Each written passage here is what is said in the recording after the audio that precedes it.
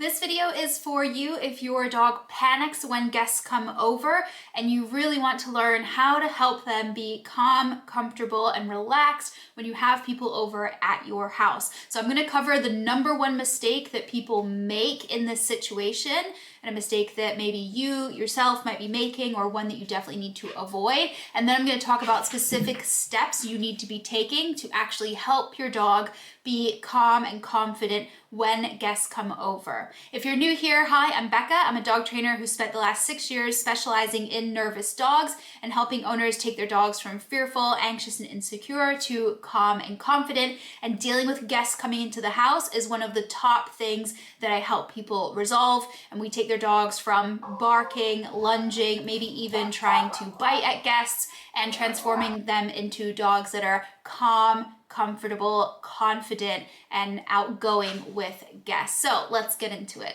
So I first want to cover the number one mistake that people are making when their dog is nervous of guests, because it is a huge risk, not only of making things worse, but also of potentially setting up a scenario for a bite. This is something that I see way too often.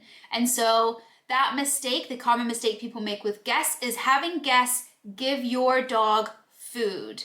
Now, this is coming from a place of good intention. I understand why people are trying this. The idea is that, okay, my dog is not comfortable with guests, so I'm going to pair guests with something they love, which is food, and that will help them see that guests are a good thing. So this in theory sounds really good, but in practice, this comes with too much risk. And like I said, I see a lot of bites happening out of scenarios where people are trying to have guests give food to the dog, and people get really confused as to why the dog bites in situations like that. And I want to explain why that happens and how to avoid it. So a food motivated dog will approach somebody who has food, but there's a couple issues with what's happening in that moment. So number one, the dog is not choosing to approach the person based on wanting an interaction. They are choosing to approach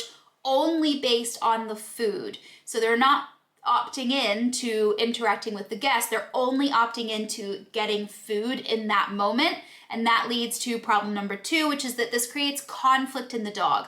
They both want the food and they want space from that guest still, because they're not opting into interaction at the same time. And these have now become incompatible. If they want the food, they have to get close to the guest. If they want space from the guest, they can't get the food. And if the dog wants the food, they're now in conflict between these two desires that are completely incompatible in this moment.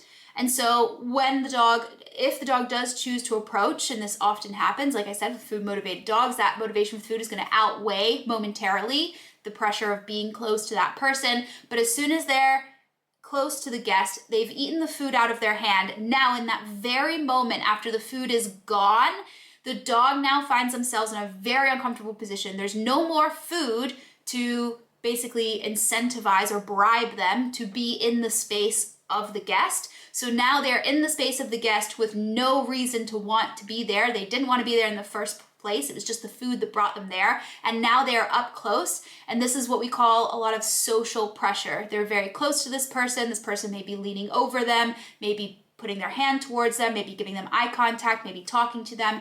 There's lots of social pressure on the dog in that moment. And dogs naturally do not always look to the option of creating space for safety. And so a dog that finds themselves now in front of a person where backing up and creating space is not really natural within dog repertoire of behavior, they're now going to ask the guest to give them space. But if the guest, usually in this situation, is sitting down, the guest can't move backwards. So your dog doesn't naturally move backwards. That's not something they naturally know to do to make space. They're gonna maybe ask with subtle body language for the guest to give them space, but the guest can't move backwards.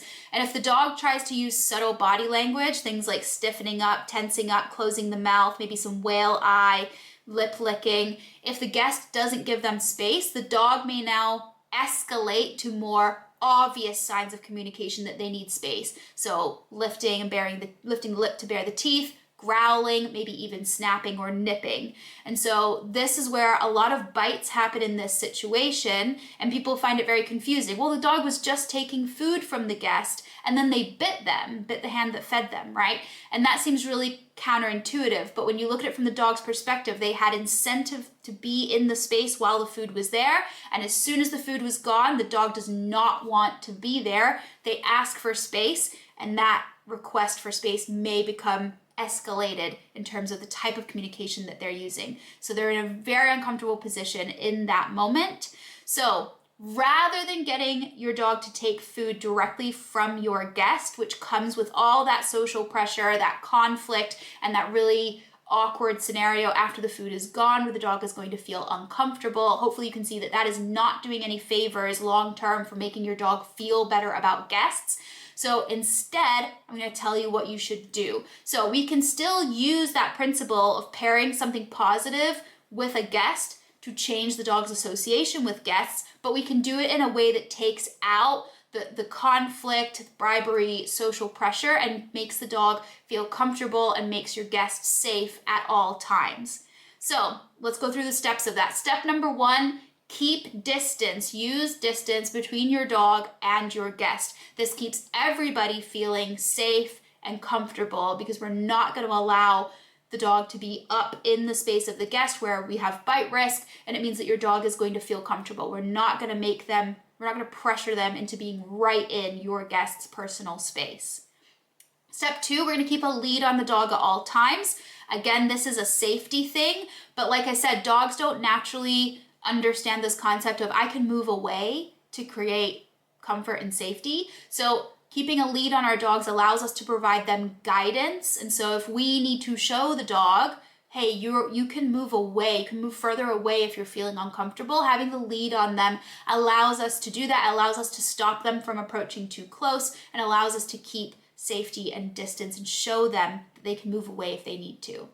Number 3, we're going to give the dog clear instructions about what to do. In a lot of these cases, the dog has anxiety where they just don't know what's happening, they don't know what to expect, they don't know what to do. And so by us giving them very clear instructions on here, hey, I would like you to do this, that can be really, really helpful. So that can be something like sending the dog to a bed or place or a crate. It can be having the dog do a sit stay or a down stay or something like that. But giving them really clear instructions on a behavior that they know how to do well, and ask them to do that in this situation to bring in a pattern of known behavior is going to really help them understand expectations in that situation, and it's going to help it feel more predictable and more under control. It's going to reduce their anxiety.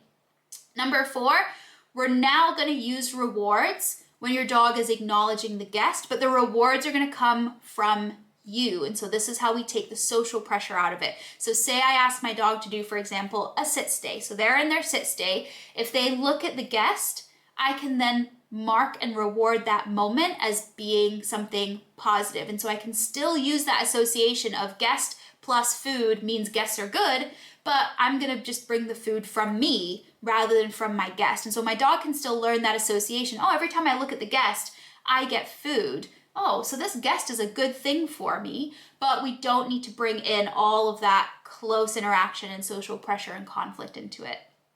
And then number 5, this is where a lot of people go wrong after things start going well. So say you have your guest come in, your dog is either sent to their bed or they're in a down stay or a sit stay, you're using food and creating good associations.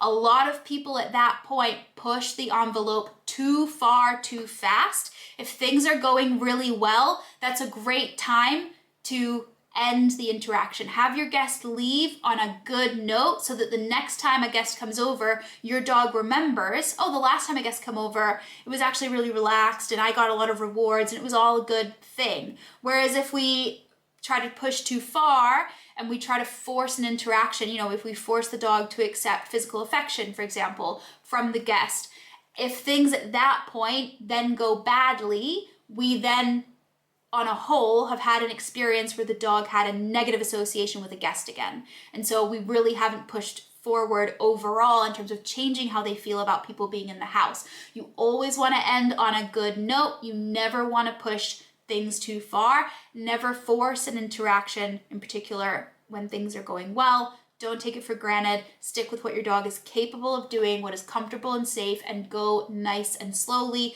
As soon as you have a potential bite incident happening, we've set ourselves back too far. It's not worth the risk. So don't force any interactions. If your dog may never be the kind of dog to want to be cuddling with guests, that's okay. As long as they're not panicking about guests, they know that they're not a threat and they're calm and relaxed, that should be the goal. If the dog wants to do any interactions above and beyond that, let it be completely optional and let it be their choice.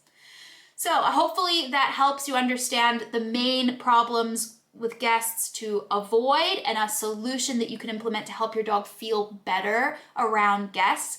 If you are looking for a full start to finish solution to help your dog be calm and confident in this situation or any other situation, that's exactly what I help owners with inside my online program. The program includes a full start to finish solution with video lessons and tutorials inside my Nervous No More course, access to a supportive community, the ability to ask me questions and get answers same day or next day, live Q&A calls, and personalized feedback on homework videos. So if you're interested in checking out the online program, I will leave the link in the description box below. Let me know if you found this video helpful. If you have any comments, please leave them below and I'll get back to you, and I will see you in the next one.